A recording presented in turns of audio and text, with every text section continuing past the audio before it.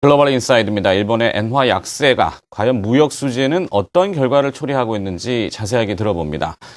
우리 투자증권 동수원 WMC의 서상영 차장이 연결되어 있습니다. 안녕하십니까? 네, 안녕하십니까? 자, 오늘 오전에 일본의 1월달 무역 수지가 발표됐습니다. 무역 적자 폭이 우리나라 돈으로 18조 7천억 원, 역대 최다라고 하던데요. 어떤 내용입니까?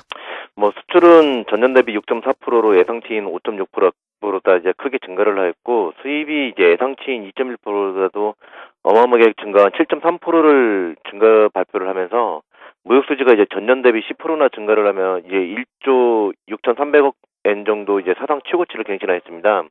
그렇지만 이제 전월 대비로는 적자 폭이 이제 13.4% 감소한 모습인데요. 주요 국가로 살펴보면 중국 수출이 이제 3.3% 정도 증가를 하였고, 미국의 이제 10.9% 증가를 하는 등 전반적으로 이제 증가폭이 좀 컸습니다.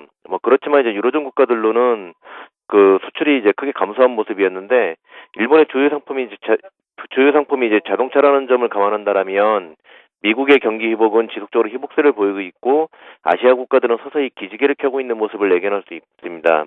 다만 이제 유로존 국가로의 수출 감소는 아직도 이제 유로존 지역이 이제 소비 심리가 아직 위축되어 있음을 알 수 있는데, 하지만 이제 유럽으로부터 이제 수입이 각 국가별 15% 이상 증가를 했다는 점은 유럽의 제조업 등이 이제 서서히 회복되고 시작했다는 점을 볼 수 있어서 글로벌 경기 회복을 얘기한다고 볼 수 있습니다.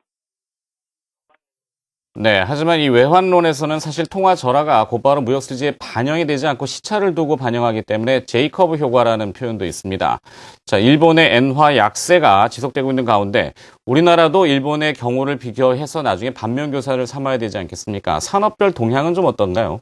실제 이번 적자폭이 이제 최대의 흐름을 보이게 만든 것은 원전 가동을 이제 촉수시키면서 이제 화력 발전을 위한 원유 수입이나 천연가스 수입이 증가를 하였고, 이는 이제 엔화 약세로 인한 수입물의 이제 증가로 인한 결과라는 점에서 향후 경상수지 흑자 규모가 이제 감소가 지속적으로 나올 가능성이 좀 커졌다고 볼 수 있습니다. 이는 엔화 약세의 흐름을 지속적으로 이어갈 것이라는 점을 예견할 수 있는데요.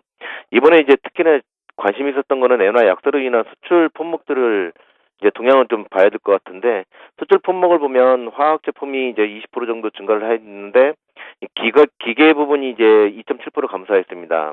특히 건설 기계 같은 경우가 35%나 감소했던 것이 주요 원인이었고요. 다만 이제 컴퓨터가 20% 정도 증가를 하였고, 반도체가 1.2% 증가를 했는데, 특히 이제 우리가 관심이 있는 운송 장비는 3.5% 증가를 하였습니다. 이중 자동차는 3.4% 증가해 그쳐했지만 자동차 부품이 이제 16% 가까이 증가를 하였는데, 선박 같은 경우는 8.7% 정도 감소하였고요. 이는 결국 엔화 약세로 인해서 아직은 우리나라와 경쟁 관계인 산업체들, 반도체나 자동차, 선박 등은 큰 영향이 없었다는 것을 이제 반증하는 결과로 볼 수 있습니다. 네, 이 환율이라는 것이 교환 비율이기 때문에 상대성을 갖듯이 업종도 상대성을 가질 겁니다. 일본의 자동차 업종은 엔화 약세에 주가가 상승세를 나타냈고, 반면에 우리 자동차 업종들은 하락을 보였는데요. 좀 과도한 것은 아닌지 우리나라 자동차 업종에 대해서는 어떻게 보십니까? 이번 일본 무역 수지는 엔화 약세가 자동차 산업에 미치는 영향은 크지 않았다는 것으로 이제 해석되는데, 실제 우리나라 자동차 업종의 위축은 외국산 자동차의 국내 잠식, 미국에서의 지속적인 MS 감소가 주요 원인이지, 엔화 약세는 투자 심리 그 이외에는 특별한 의미 부여는 없다라고 볼 수 있습니다.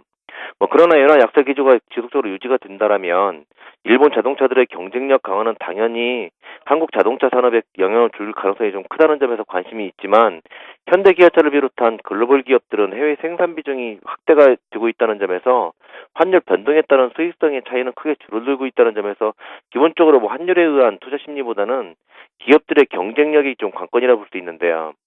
현대기아차가 미국 판매 점유율이 일본 지진 이후에 10% 넘었다가 일본이 이제 치고 올라오니 현재 7%대까지 하락을 하면서 주가도 같이 하락했던 점을 좀 생각해 봐야 될 것입니다. 그러하였기 때문에 현기차에 대한 부분들은 환율에 따른 투자 심리 악화를 이제 보기보다는 이미 10% 이상 외국산의 점유를 당한 국내 시장에서 이에 대한 방어 논리가 어떻게 될지, 그 다음에 각국에서의 그 현대기아차의 경쟁력 강화를 위한 노력을 어떻게 하는지에 따른 모습을 보면서 이제 대응을 해야 될 것이라는 판단입니다. 잘 알겠습니다. 일본의 엔화 약세에 대한 산업 분석을 다시 한번 들여다봤습니다. 글로벌 인사이드였고요. 우리 투자증권 동수원 WMC의 서상영 차장이 수고를 해주셨습니다. 고맙습니다. 네, 감사합니다.